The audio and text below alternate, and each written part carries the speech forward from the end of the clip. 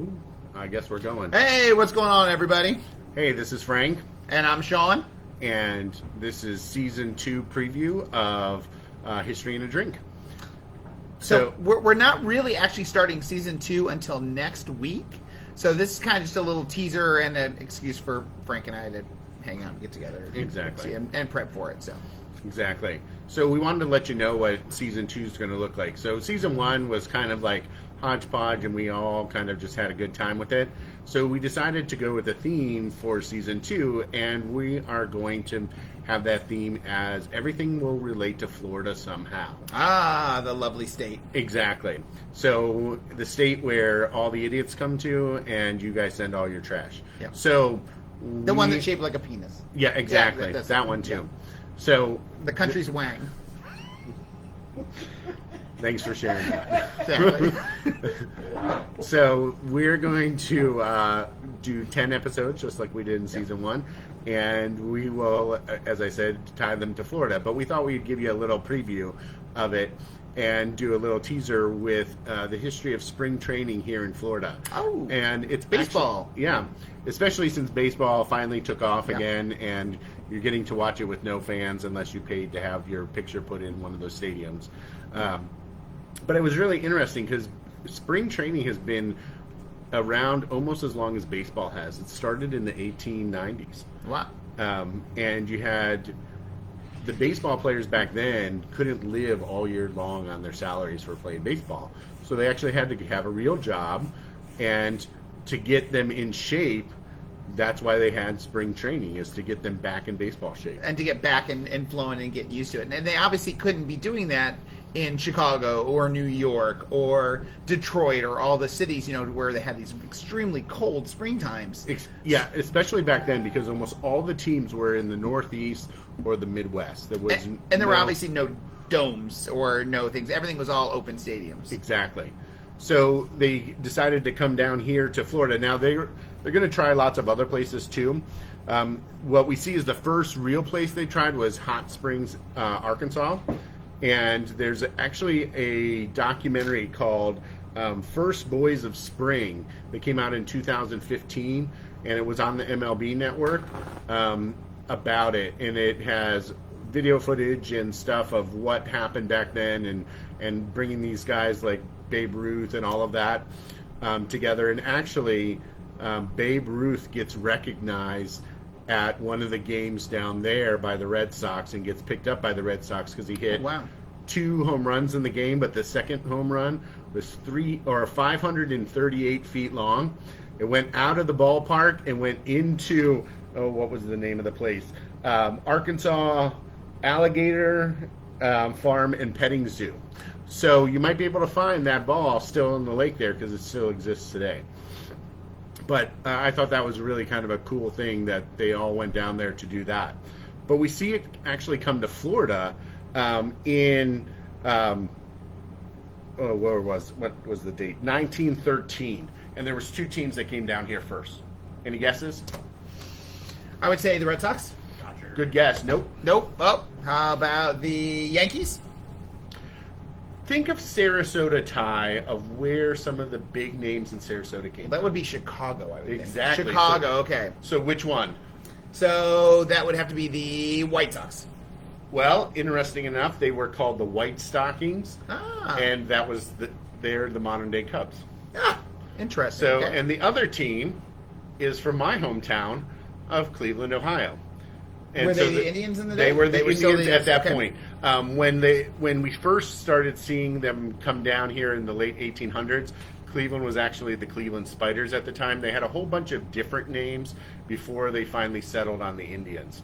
And with the name deal as well, the Spiders have been brought back up as a name that they might go to in renaming the team. Sweet. So just going back into history and doing it, which I thought was kind of cool.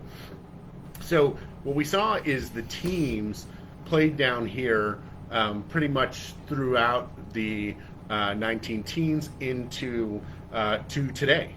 And for us here in Sarasota, the team that came down here first to Sarasota was the New York Giants in 1924. And they were here until 1927 for a couple years. And then they left, and we got a minor league team that would come down here and practice, and that was the Indianapolis Indians, right? Interesting. And then it was followed by the Boston Red Sox. Okay. And they were here from 33 to 58. And for those people in Sarasota, I believe this is the time period when Payne Park actually was Exactly. being created, which was right near downtown, basically at the corner, almost at the corner of Ringling and it was 301, which was the interstate, kind of a main section in downtown, and it was one of the, a spring training place that was, even till when I was a kid and teenager, was still around. Yeah. And Payne Park was built for the New York Giants in 1924. Ah, gotcha. Okay. So, so that piece of history there is really cool, and it's too bad it's not. We don't have that same the ballpark area anymore, Yeah. right? Ultimately, the Red Sox are going to leave. We get the Dodgers for a year, and then we get the White Sox, Yeah. who were the mainstay, and they were here from 1960 to 1989. Yeah. And they're the ones I remember being here. Exactly. I hear stories from my brother-in-law and my wife about them skipping school and going to see spring training games, and it was really cheap. Kind and of they could a all- Ferris Bueller kind of thing. Exactly.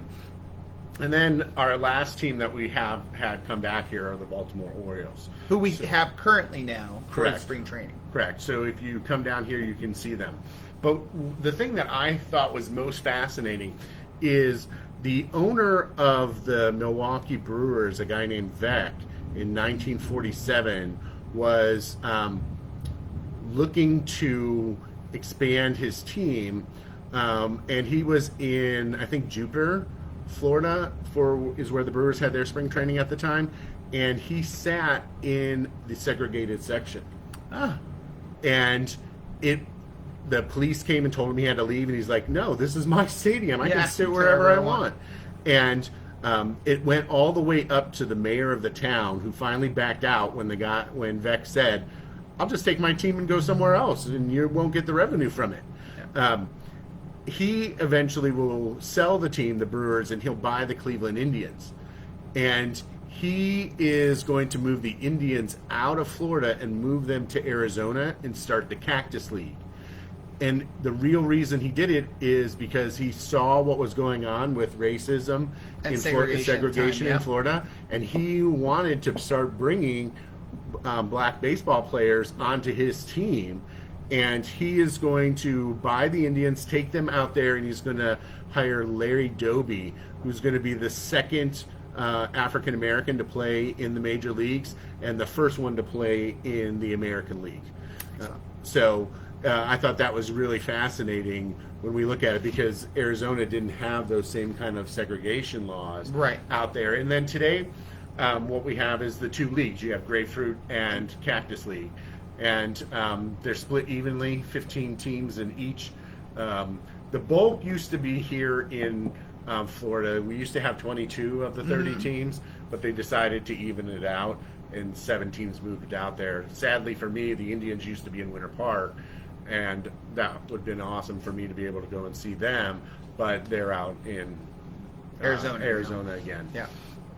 So I just thought that was a really cool little bit of history as we look at it. One of the things when I was doing this as well, I found out there's a famous painting by Norman Rockwell called The Rookie. And that painting is the dugout at Payne Park. Oh, wow, really? Yeah. So I wonder if anywhere here in Sarasota, if there's any copies of that, or that would be a really cool like street art to do Yeah, on the side of a absolutely. building somewhere and whatever. Yeah, and because I mean that's our history, and tied with the baseball and our community here would be fantastic. That'd be Exactly. So I thought that was a really fascinating thing to see as well. So we just wanted to give you a little bit of a heads up for the season. It's going to start next week. We will be expanding out. We're not just going to be on Facebook. We will have a Instagram, a Twitter, and whatever other social media I can get my children to set up for us. All right. So we will be posting stuff on there as well, so you can see it and follow it. So I hope you enjoyed this episode, and we will see you next week for episode 1 of season 2. Absolutely. Thanks, All right. guys. See you soon. Enjoy.